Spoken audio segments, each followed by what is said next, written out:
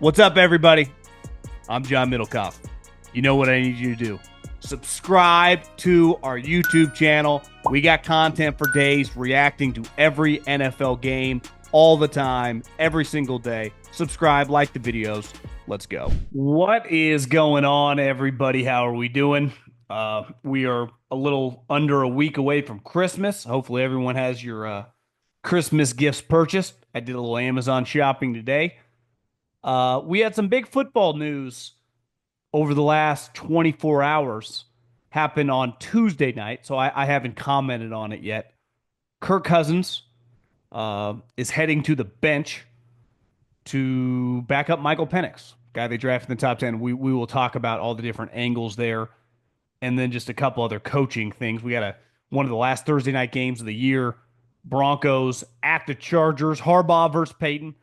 And then a lot of buzz out there on the internet streets about Mike Vrabel. Lot of buzz about Vrabel. I'm interested in this job. I'm interested in this job. I'm the number one candidate here. It's a fun time to be a coaching agent because you can just throw it. Marcus Freeman. The Bears are interested in Marcus Freeman. A couple weeks later, he signs a 6-year extension. Think he got a little extra raise on that extension once word came out that the Bears were interested. It's got to be a fun. I would like that job. I'd be throwing out stories to Rap Sheet, to Shefty, to Florio, Breer, Schrager nonstop. I'd be like, here's a little nugget, here's a little nugget here. Just got my guy an extra $750K, just got my guy an extra couple million, got my guy an extra year. That'd be a fun gig to be an agent for a desired candidate in the coaching circle right around like week 16. Some of these teams are just literally on fire. But before we dive into some football talk, I got to tell you about my friends, my partners in the official ticketing app of this podcast, Gametime. Christmas right around the corner, Hanukkah right around the corner. If you want to get something for a loved one, put a little present under that tree. Put a little present under those lights. Put a little present that puts a smile on someone's face. You can buy tickets to a game. You can buy tickets to a concert. You can buy tickets to anywhere. And you can do it with Gametime. So take the guesswork out of buying tickets with Gametime. Download the Gametime app, create an account, and use the code JOHN for $20 off your first purchase.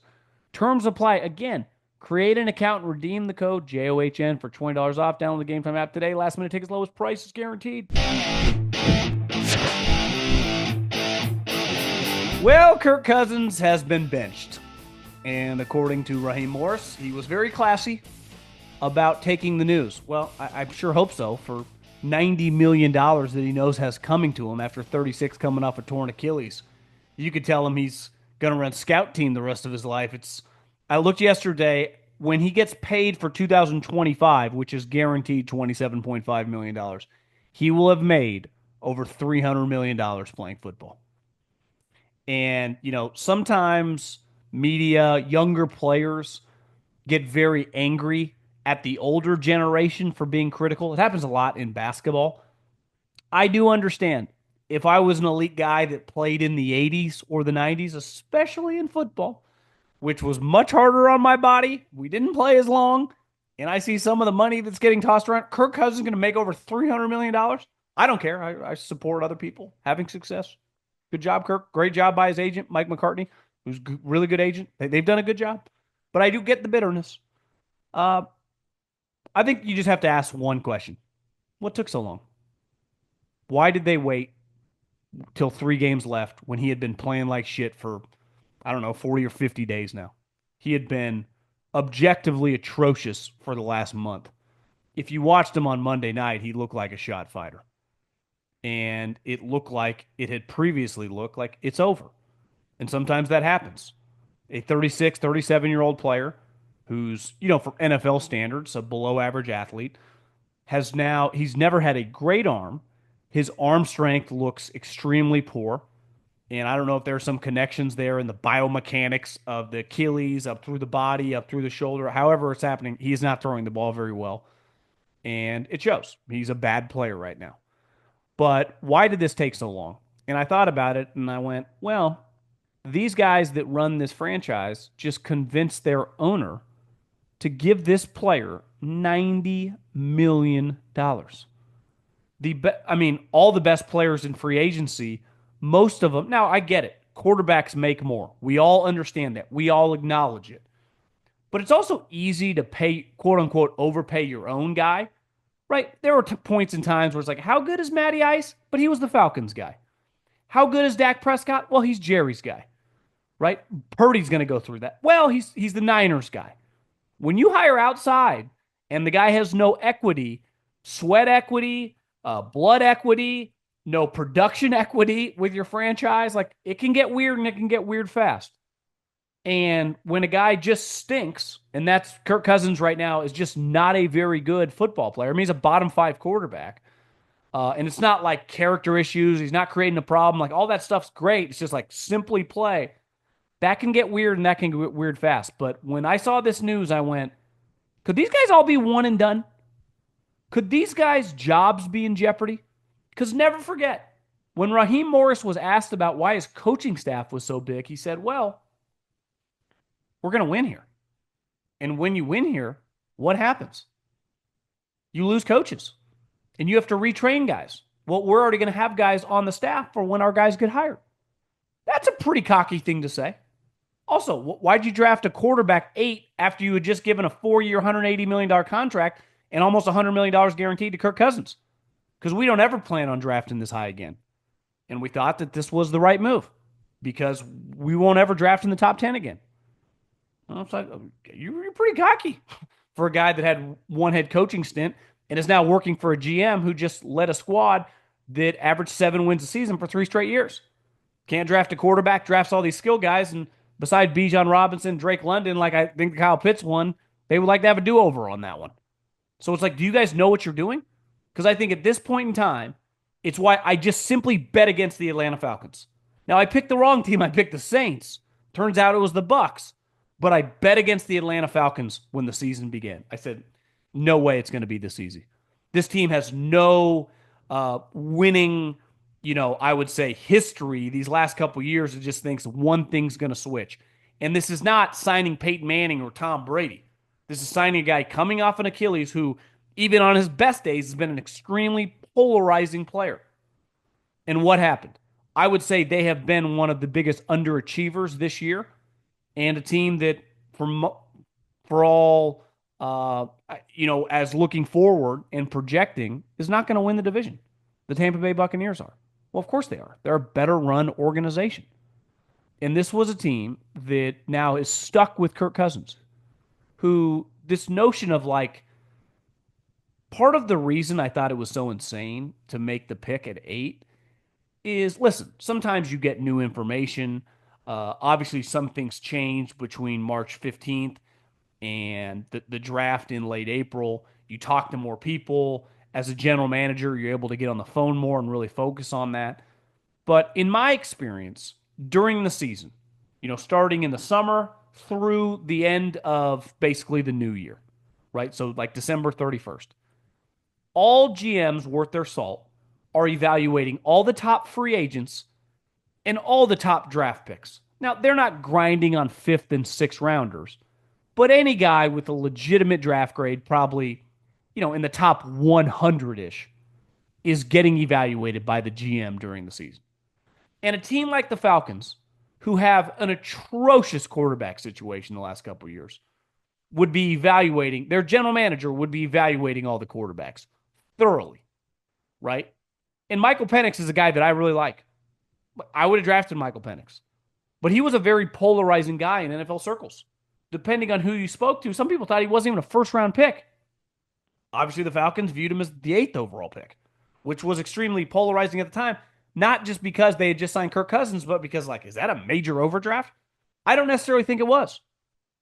But I thought, in football, everyone gets the same amount of resources. Everyone has the same amount of money to spend under whatever the cap is, $200 million, $250 million. Every team gets the same amount of draft picks. You just, obviously, they're not all the same slot, but every team gets a first-round pick every single year. You get to pick and choose how you want to use that. Do you want to trade up the next couple first-rounders, the following years, and make a huge trade? Do you want to trade back and accumulate more picks? Do you want to allocate your resources? Do you want to pay Brandon Ayuk $75 million for 75 catches? Or do you want to trade him and use that cap space on something else? My favorite part about the NFL. This is not baseball where some teams spend more money. Every team's spending money and every team's using their draft picks. You just get to pick and choose how you want to do it. And use the Minnesota Vikings as an example, who, if I was around Ziggy Wolf after the other night, and really after Cousins last month, I'd go, the people that you empowered to run this team, your general manager, your head coach, they fucking know what they're doing. They're not only winning, but they are saving you a lot of money. They chose $10 million because you know what they knew at the end of the year? We want to draft a quarterback. We are going to draft a quarterback. We were saying that about the Atlanta Falcons during the season. We're going to draft a quarterback. And they spent $10 million on Sam Darnold, which is an incredible contingency plan. If it works out, we get one of the best assets in the league. It clearly is, and they are bang for their buck. It doesn't get any better than a quarterback who's going to throw 35 plus touchdowns, lead you to 13, 14, 15 wins for $10 million, who was a free agent. That's an incredible March, mid-March free agency signing. And then there's Kirk Cousins, who we're going to guarantee multiple years, give $90 million, which all has to go into escrow every penny you don't pay them. And he almost has a 1-to-1 touchdown to interception ratio. And we also gave him a no trade clause. So, we can't just cut him or trade him. He actually controls a lot. Now, it makes sense for him to waive that to go to a new team. But what team worth their salt is trading anything of value for a $27.5 million backup quarterback? Hell, even if you consider him a bridge starter, we just saw Sam Darnold. That market is like $10 to $12 to $15 million max, what Gardner Minshew got. So his market value is all out of whack. But the difference with most bridge quarterbacks, ideally, they can move because a lot of times the team's probably not going to be in a great position, questionable offensive line, and they're going to have some mobility. Cousins has none of that. He's a sitting duck. So to me, this situation, you could say it's cavalier. They just kind of went into it blind. I think it's a major, major indictment on everyone running the Falcons, the way this process played out. And these transactions are independent of each other. Because if you knew you really like Michael Penix, which you should know in the middle of March when free agency starts, wouldn't you be in the mix to sign a Gardner Minshew with Sam Darnold? Because you would want to transition to a guy who is 24 years old, who had been in college 6 seasons. Say what you want about J.J. McCarthy. He was more of a project. Right? Drake May, more of a project. Michael Penix is not a project. He's a pro-ready player to plug and play and let's roll. But you signed Kirk Cousins, which in a perfect world, he would have been your starter for multiple years. This is one of the worst transactions we've ever seen. It's completely blown up in their face. And I think the reason they waited so long, because they wanted to avoid the wrath of their 82-year-old owner. They just had to cut him a check for a guy who did not make it till Christmas and now will not be on their team in year 2. And now the pressure put on this young player, what if 2 of these 3 games go poorly? And everyone turns on him and goes, God, this guy sucks. What's going on? It's a crazy amount of pressure. And I'm a Michael Penix fan. I'm rooting for him to play well. But what if it goes bad? The Bucs, meanwhile, are just in the playoffs again for what, the 5th straight year? 3 with Brady. This is 2nd with Baker Mayfield. And just feel like they know what they're doing. And the Atlanta Falcons feel like they have absolutely no clue what they're doing. From the general manager to the front office to now the coaching staff. They just kind of feel lost at sea. And I also think the Cousins thing shows. And then the Penix is like they're just kind of doing whatever the coaching staff wants. And I just, in terms of the transactions when they were made, obviously, if you're Zach Robinson and Raheem Morris, you'd want a veteran quarterback. Let's get the best one, $90 million. And it's like, God, we love this Michael Penix guy. Well, let's draft him at 8th. And now it's like you've allocated all these resources in these 2 guys. And if Penix struggles these next couple weeks and all of a sudden you have nothing to show for it, it is an epic disaster. And I think it's one that, would all these guys get shit canned after 1 year? Because what's worse?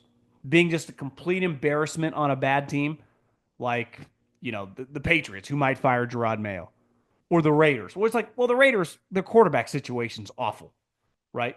The Patriots, it's like, well, how's your defense way worse? Same players. This situation's like, well, you got legitimate players. And then you sign Kirk Cousins. And then as the season goes on, it gets worse. Is it just Zach Robinson's fault? Is it just the GM's fault? Is Raheem over his head? I don't know, but if I was the owner, I'd want fucking answers. I just got a $90 million check, and this guy's on the bench now. And now we have a rookie quarterback. He better start slinging touchdowns here.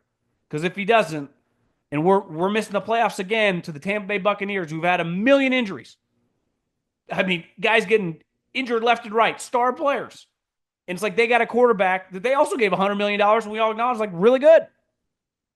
And last year they got him for nothing. They paid $4 million. So if you aggregate that year on top of his new contract, it actually lowers the value of the overall time that he spent on the team. And it's like their coach just kind of seems like he's got a hold of everything. And our guys are just kind of swimming upstream without a paddle. What the hell is going on? So I bet against the Atlanta Falcons simply because I didn't think they know what they were doing.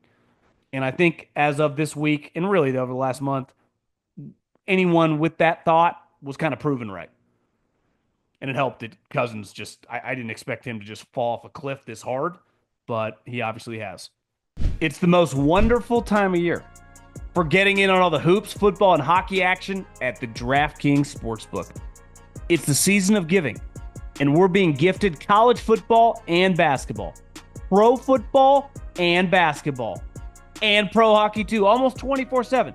So many games every day, so many opportunities to place your first bet. Try betting on something simple, like picking a team to win. Go to DraftKings Sportsbook app and place your bet. And here's a gift for all new customers. Bet $5 to get $150 in bonus bets if your bet wins. Download the DraftKings Sportsbook app and use the code JOHN. That's code JOHN for new customers to get $150 in bonus bets if your first bet wins. When you bet just $5. Happy holidays from DraftKings. The crown is yours. A couple other things on coaching. We got a big Thursday night game. Two teams that are going to be in the playoffs. The Chargers and the Denver Broncos. And, I would have told you 3 or 4 weeks ago that the Chargers probably win a playoff game. Then you watch them, it's like, their offense is, one, it's all banged up. Turns out J.K. Dobbins is like LaDainian Tomlinson. You remove him, it's like they struggle to get 50 yards on the ground.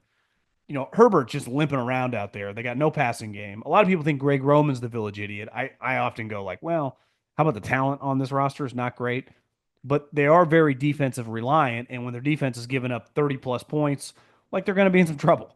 Like they're not really built to win shootouts. I also think you could have a really good defense and there gets to a point in time in a season when your offense is just struggling that they kind of break. It's almost like the dam breaks. It's like, we just can't hold the fort anymore. We need a little help. And it's like the perfect combination. Everything kind of falls apart. It kind of feels like that's what's happening with the Chargers. But even if the Chargers lose this game to Denver, they're currently at 8-6. They finish with New England and Vegas. So I think they're getting to 9, no problem. And I would bet on them getting to 10. Obviously with the Colts and the Miami Dolphins who are in shambles, I think the Chargers end up with that 7 spot. And if Denver were to win this Thursday night game, they should finish the 6th spot. I actually think they would be a feisty first-round team. One of these two teams, whether they win the game or not, is going to be in the mix when it comes to wild card weekend. One of these games is going to be tied in the second half because if their defenses play well, things can get weird. Obviously, Herbert, who can get hot, and Bo Nix, he's definitely a wild card because he can throw a couple picks, and you're like, what the hell is going on? But he also has proven to, like, with some schemed up plays with Sean Payton, like he hit some big plays. So I enjoy watching Denver. Now they finish after this Charger game at Cincinnati and then Kansas City. Now that Kansas City game, depending on how these next 2 weeks could go, could mean nothing is on the line. So if Kansas City were to win these next 2 weeks, then that game would be meaningless, and I would imagine that they would rest everyone, which would be an easy win for Denver and basically be a lock, even if they lost these 2 games to get them to 10 wins. But if I was a betting man right now, I'd say Broncos, worst case 10-5. I'd say 11-6 is on the table, and that's just an incredible accomplishment. I mean, 2 years after taking over that Nathaniel Hackett, Russell Wilson experiment, to have this team in the playoffs. Same thing with Jim Harbaugh. Last year, that Brandon Staley experiment where they won 5 games, and now you're in the playoffs. It just shows you. I mean, this is why you pay big-time coaches. Because unlike the Falcons, like, who's actually in charge? Like, remove Arthur Blank. Like, what's going on here? Right? Is the GM doing anything? I say the same thing with New England. Like, is Jonathan Kraft in charge? Is Elliott Wolf the guy pulling the trigger? Does Jerod Mayo have any juice? What's going on with the Raiders? Like, does Telesco, is he the boss? Does Brady get to tell Mark Davis what to do? Like, what's going on? When you say the Denver Broncos, who's in charge, you say Sean Payton. When you say the San Diego or the Los Angeles Chargers, who's in charge, you say Jim Harbaugh.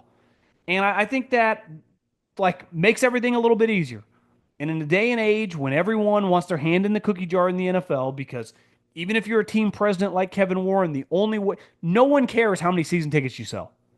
even once you build a stadium, like that goes away really quick. That fades into obscurity really fast. Like, what's going on with the team? What's going on with the team? And the way to get headlines and the way to get discussed on, Colin's show, on ESPN, on podcasts, on local radio is to be involved in football and have your hand in that and be standing there in the locker room at the end of the game. And it's why everyone's drawn that way. But it's also why football guys like to separate church and state. Like, I don't need to answer to a non football guy if he's not the owner of the team. And both these two franchises, the Spanos family said, Jim, you take it. Obviously, the Walton family said, Sean, you take it. And for Sean Payton, 2 years later, it's paid dividends. They're in the playoffs. And honestly, I think they could win a game. Chargers might not win a game because injuries and just their lack of offensive talent.